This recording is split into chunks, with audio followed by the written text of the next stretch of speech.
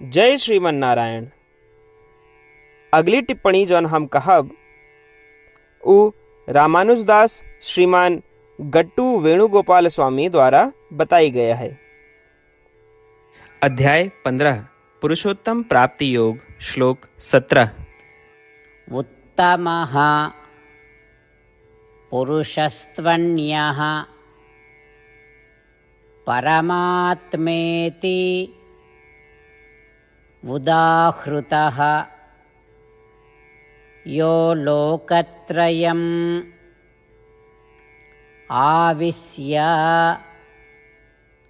बिभर्ति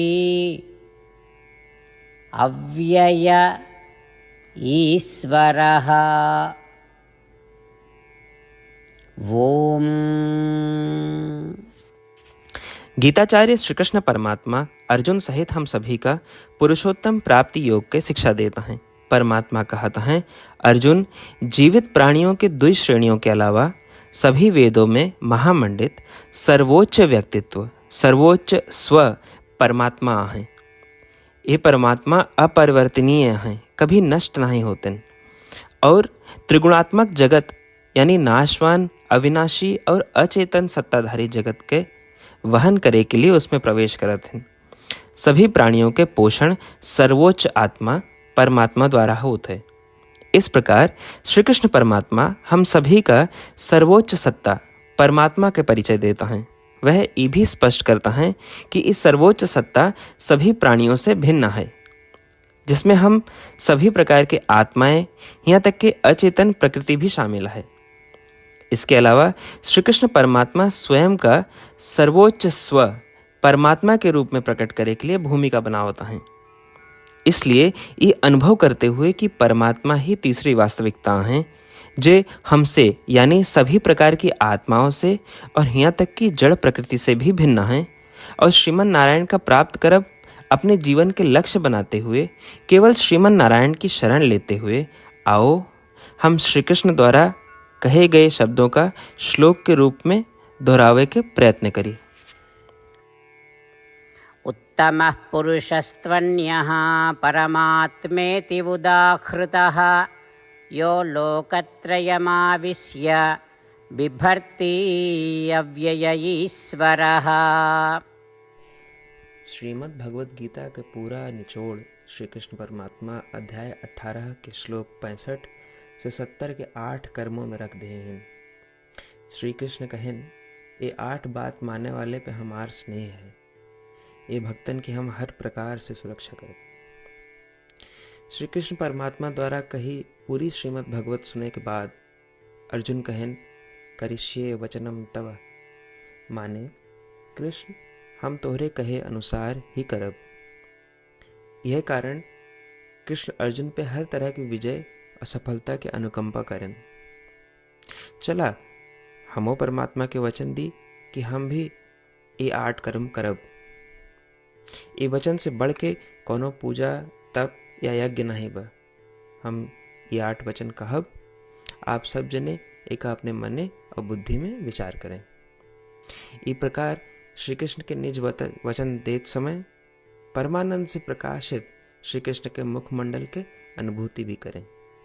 जय श्रीमन नारायण। हमारे 8 वचन ई हैं। हमार प्रथम वचन, हे श्रीमन नारायण, आपके निर्देशानुसार हम आपके ध्यान और चिंतन करब।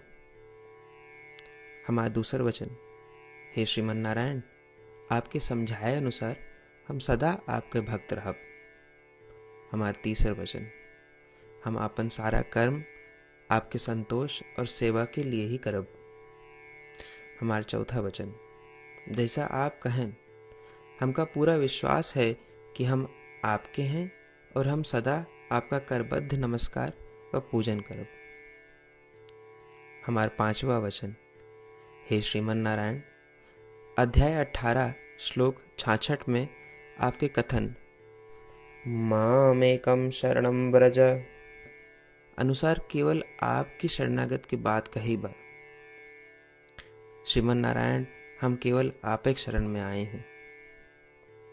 हमारा छठा वचन, हे श्रीमन नारायण, अध्याय 18 श्लोक 66 में आपे कहे माँ शुचः, मैं आपके शोक न करे के उपदेशानुसार हम शोक न करब। हमार 7वां वचन, हे श्रीमन नारायण, आपने हमरे खातिर श्रीमद् भगवत गीता दे के हम पे बड़ी कृपा की है। हम नियम से एक श्लोक रोज सुनब या पढ़ब। हमारा 8वां वचन, हे श्रीमन नारायण, आपने सारे लोग के लिए गीता दी है। जे भक्तन गीता के बारे में नहीं जानतन, हम उन तक आपके अलौकिक बतिया पहुंचावे के प्रयत्न करब। अभय हम परमात्मा से अपन 8 वचन बताए। श्रीमन नारायण कया वचन देव कि हर दिन जैसा वो कहे हैं हम वैसन करब, यह एक महान पूजा है। आवा हम अपने अडिग विश्वास के साथ उनका अपन वचन दी कि हे श्रीमन नारायण, आप जैसा कही हैं हम वैसन करब, जैसा आप चाहिए वैसा ही व्यवहार करब, और हम केवल आपे के लिए काम करब। श्रीमन नारायण करिष्ये वचनम तब, माने श्रीमन नारायण हम आपके निर्देशानुसार कार्य करब। सर्वम श्री कृष्णार्पणमस्तु। जय श्रीमन नारायण। उत्तमः पुरुषस्त्वन्यः परमात्मेति उदाहृतः यो लोकत्रयम् आविश्य बिभर्ति अव्यय ईश्वरः। ओम। उत्तमः पुरुषस्त्वन्यः परमात्मेति उदाहृतः यो लोकत्रयमाविश्य बिभर्ति अव्यय ईश्वरः।